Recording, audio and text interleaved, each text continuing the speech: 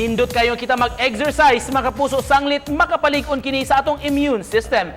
Busa ayaw gyud ikatapol ang pag-ehersisyo matag adlaw aron kamo magpabiling himsog og lagsik. Good morning guys. Poday si Nilson Angelis. Nalang ko i-share sa inyo guys about sa abs workout para makakuha ng atong build itong tummy. Karon guys, may itong buhaton ngaron, sit up para sa upper abdomen ang iyang focus. So ang buhaton nato karon, pwede rin ito buhaton sa balay. Kung naamoy mat diha, pwede rin nyo buhaton Bend gamay ang knee. Mat, then down flat.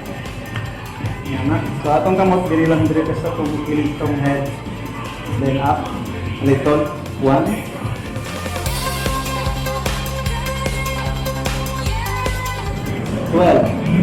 Napukilain niyo itudlo nga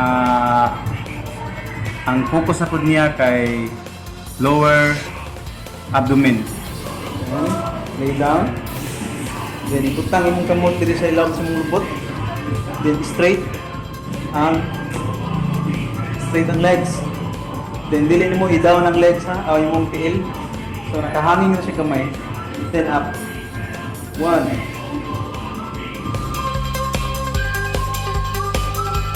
Up to 12 guys ha. Mo gyapon guys. 3 sets. 12 counts. Then hindi human sa ka set. Huwag na ka 30 seconds. Atong buhaton na sa karon guys is ato na sang ang focus sa dani sa oblique.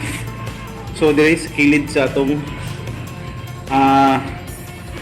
tummy para makukuha ng atong build kini mo lang gingon nga kanang salvavida.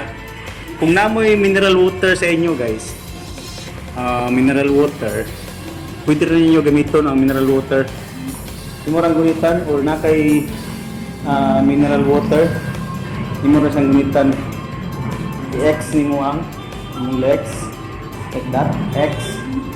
Then naka up ka gamay imong body. Then simple na kayo, twist ka gamay. 1.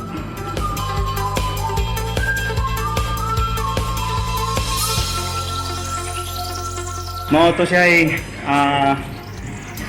kuan guys, mao to atong abs workout nga akong ma-share sa inyo. Basic ra kay ito, pwede na itong buhaton sa balay.